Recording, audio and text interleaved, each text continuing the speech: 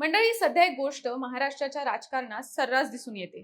ती म्हणजे एखाद्या नेत्यानं अमुक अमुक पक्षात प्रवेश करणं आणि लगेच त्याला त्या पक्षाच्या एखाद्या मोठ्या स्थानी बसवणं किंवा पक्षाकडून आमदारकीसाठी तिकीट देणं. मग अशा वेळेस पक्ष स्थापन करत्यावेळी ठेवलेली उद्दिष्ट विचार कुठेतरी हरवल्याचं आपल्याला दिसून येतं. अशीच काहीशी चर्चा आता राष्ट्रवादी काँग्रेस पक्षात सुद्धा दिसून आली. ही चर्चा म्हणजे राष्ट्रवादी काँग्रेस अजित पवार गटातल्या एका मोठ्या अंतर्गत वादाची. खरं तर या एका उमेदवारीनं पूर्ण पक्षालाच हादरा दिलाय. अचानक पुणे विधान परिषद मतदारसंघात राष्ट्रवादी काँग्रेसकडूनच या दोघांनी उमेदवारी अर्ज दाखल केल्यानं अनेकांच्या भुवया उंचावल्या. ते म्हणजे भाजपातून राष्ट्रवादीत प्रवेश केलेले विक्रम काकडे आणि माजी आमदार सुनील टिंगरे. त्यामुळे पुण्यात विधान परिषदेच्या उमेदवारीवरून मोठा ड्रामा पाहायला मिळाला आणि राष्ट्रवादीत मोठं बंड होऊ शकतं अशी ही चर्चा जोर धरू लागली. आता राष्ट्रवादीला सुनील टिंगरे यांची नाराजी दूर करण्यात यश आलं असलं तरी बाहेरून आलेल्या विक्रम काकडेंना संधी का, हा मोठा प्रश्न निर्माण झालाय. त्यामुळे पुण्यात नक्की काय घडतंय आणि खरंच सुनील टिंगरे यांची नाराजी दूर झालीये का, की पक्षात काहीतरी शिस्तय, हेच सगळं समजून घेऊयात आजच्या या व्हिडिओच्या माध्यमातून. नमस्कार, मी रुपल आणि तुम्ही पाहत आहात विषयच भारी. मंडळी, तत्कालीन उपमुख्यमंत्री अजित पवार यांचं 28 जानेवारी 2026 ला विमान अपघातात निधन झालं. या घटनेला आता 4 महिने पूर्ण झाले. या 4 महिन्यात अजित पवारांचा राष्ट्रवादी काँग्रेस पक्ष सतत विविध कारणांमुळे चर्चेत राहिला. पक्षाचं नेतृत्व, संघटना, 2 राष्ट्रवादींचं विलिनीकरण, अंतर्गत राजकारण, नेत्यांची नाराजी अशा अनेक घडामोडी समोर येऊ लागल्या. आता पुन्हा एकदा राष्ट्रवादी पक्ष वादाच्या केंद्रस्थानी आहे. या वादाची सुरुवात नेमकी कशी झाली ते समजून घेऊयात. तर मंडळी, पुणे स्थानिक स्वराज्य संस्था मतदारसंघातून विधान परिषदेची एक जागा रिकामी होती. महायुतीत झालेल्या जागा वाटपात ही जागा राष्ट्रवादी काँग्रेस म्हणजेच अजित पवार गटाकडे आली. आता प्रश्न होता, उमेदवार कोण? आणि इथूनच खरा ड्रामा सुरू झाला. पक्षात या जागेसाठी एक नाव फार आधीपासून चर्चेत होतं. ते नाव म्हणजे माजी आमदार सुनील टिंगरे. ते अजित पवार यांचे निकटवर्तीय म्हणून ओळखले जातात.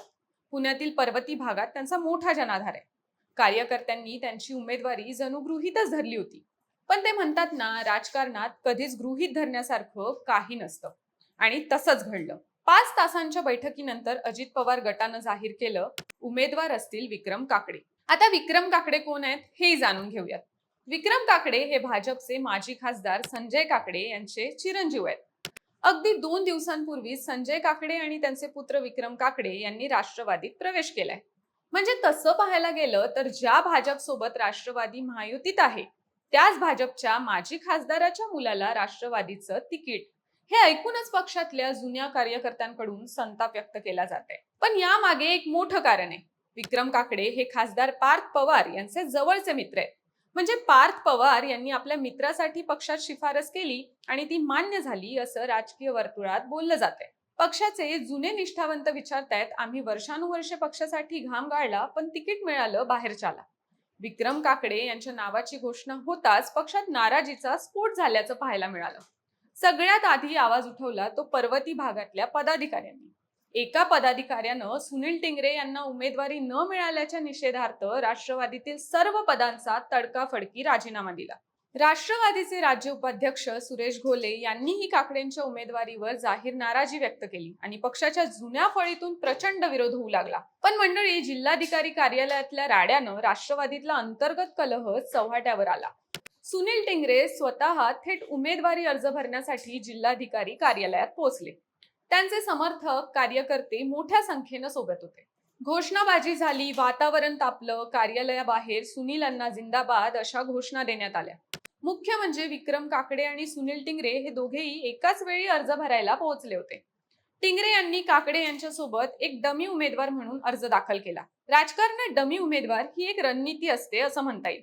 म्हणजेच अधिकृत उमेदवारानं जर का माघार घेतली तर दुसरा उमेदवार मैदानात राहतो.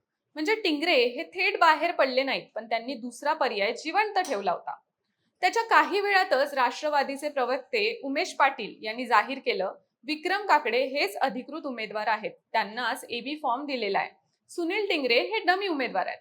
त्यामुळे हे कानावर पडताच टिंगरे यांच्या समर्थकांचा संताप उसळला. मंडळी, हा वाद इतका उफाळला की पक्षाच्या बड्या नेत्यांना यात हस्तक्षेप करावा लागला.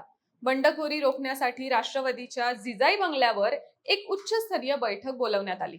बैठकीला उपमुख्यमंत्री सुनेत्रा पवार, पार्थ पवार आणि जय पवार उपस्थित होते. आणि आता या हाय प्रोफाईल बैठकीत सुनील टिंगरे यांची नाराजी दूर करण्यात पक्षाला यश मिळाल्याचं आणि त्यांनी निवडणुकीतून माघार घेतल्याचं सांगितलं जात आहे. आता हे सगळं का घडलं हेही पाहणं महत्वाचं आहे. तर मंडळी, सुनील टिंगरे यांनी अनेक वर्षे राष्ट्रवादीसाठी काम केलंय. पर्वती मतदारसंघात ते आमदार राहिलेले आहेत. पण विक्रम काकडे हे पार्थ पवार यांचे मित्र असल्यानं त्यांना तिकीट मिळालं असे आरोप होते. आता यात पार्थ पवार फॅक्टर ही महत्वाचा ठरतोय.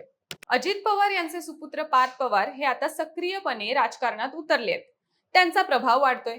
त्यांनी मित्रासाठी शिफारस केली आणि ती मान्य झाली हे पाहून पक्षातल्या जुन्या पिढीला प्रश्न पडतोय की नेतृत्व नेमकं कोणाच्या हातात आहे.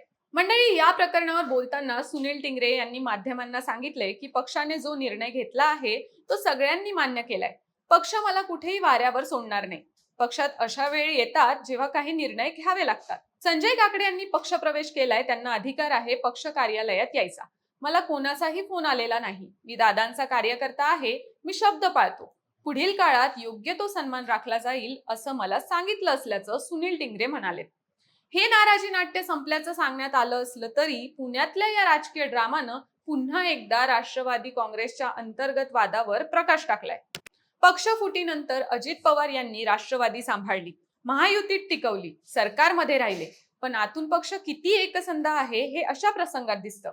त्यामुळे अजित पवारांच्या पश्चात संघटना सैल पडलीये का हा प्रश्न पुन्हा एकदा निर्माण झालाय. मंडळी, या प्रकरणाविषयी तुमचं काय मत आहे हे आम्हाला नक्की सांगा आणि विशेष भारीच्या YouTube चॅनलला सबस्क्राईब करायला विसरू नका.